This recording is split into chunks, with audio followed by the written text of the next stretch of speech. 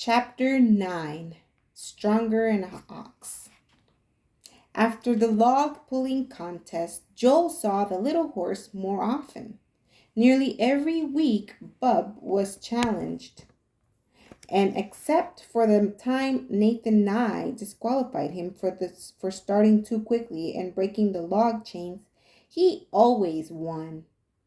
His fame as a strong puller grew, and men soon dropped the affectionate name of Little Bub. They spoke of him with respect. Morgan's horse is handy, quick and strong. Morgan's horse can pull like living quicksand. Everywhere he became known as Morgan's horse, and his prowess spread up and down the valley. The schoolmaster himself began taking a lively interest in his colt. Much as he disliked noisy gatherings and betting, he could not stay away from the pulling matches. Farmer Bean's premium, he told Joel one day after cheering himself hoarse, just can't be beat. Day by day, the colt's muscles hardened until at last Abel Hooper and the other farmers refused to enter their drafters and oxen in the pulling matches. "'Tain't no use," they said. "Oh, not train. 'Tain't no use," they said. "The Morgan's stronger than an ox." Spring wore on, and another 5 acres of Mr. Fisk's land was cleared and burned over and planted. All up and down the valley, men were pushing the wilderness back, then striking their axes in the black earth and dropping kernels of Indian corn in the holes they made.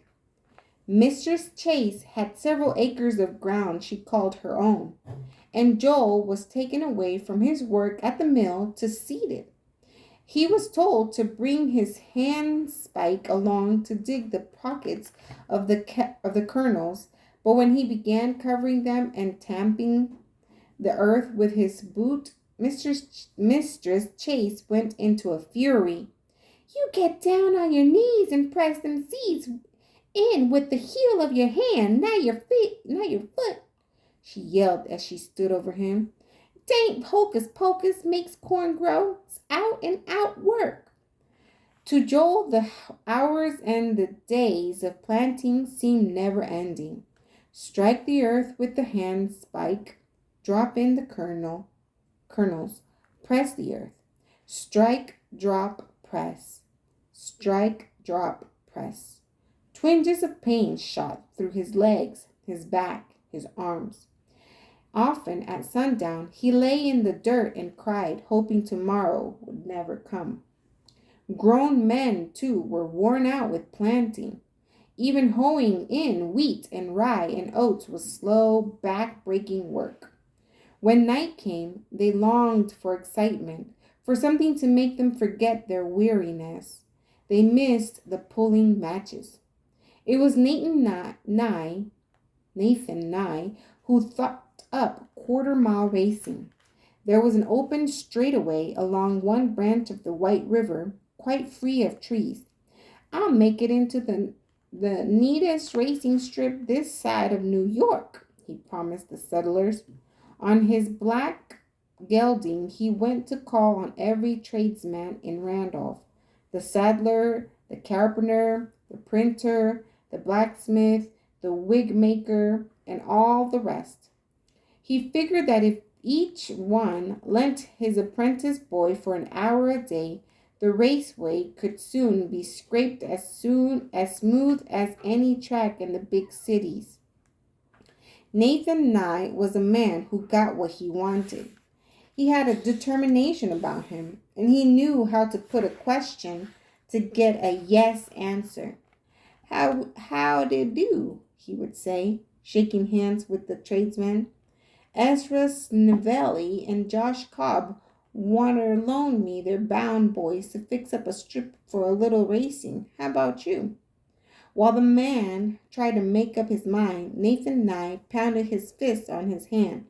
"Where'd you be without the farmer, and him working his insides out, making fields out out of wilderness and crops out of fields. He needs a little fun at the tag end of day. Me and you got to lift his weariness." The tradesman would bob his head up and down in agreement. Afterward, he was never quite sure whether he had come to the decision on his own or had just been swept along, the way a branch in a stream is swept along by the current.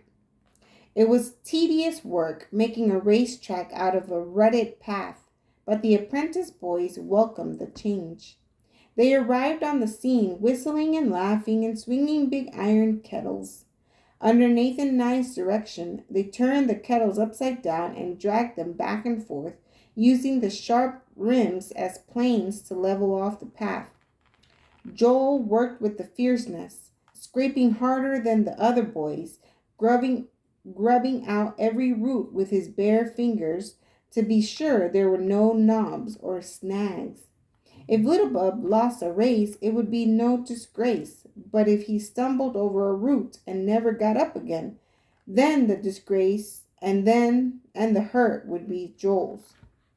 Nathan Nye watched over the work with a careful eye, scolding and encouraging the boys by turns. Finally, one day he stood by with a look of satisfaction on his face. "Well, boys, that about does it, he said. "Yes, that be a fair racing strip." The day of the first race was bright and brisk. It was the kind of day that makes men and horses want to go. A strong wind was blowing down from the north. It got into the horses' nostrils, exciting them. Mr. Nye, who was both starter and timekeeper, argued for waiting. "We need more entries," he said. "We've only 3. My own black gelding and Nanny Luddy here, and Morgan's bub. Why, our race course is wide enough for 6, maybe 7 horses." The other farmers were cagey and only shook their heads. They wanted to look on a time or two to see how fast was the pace and what horse they had to beat. But if entries were few, spectators were many. All the tradesmen were there, with their apprentice boys who had scraped the track, and all the farmers from roundabout, and friendly Indians from the Pennacook and Caughnawaga tribes, and of course the schoolmaster and Joel.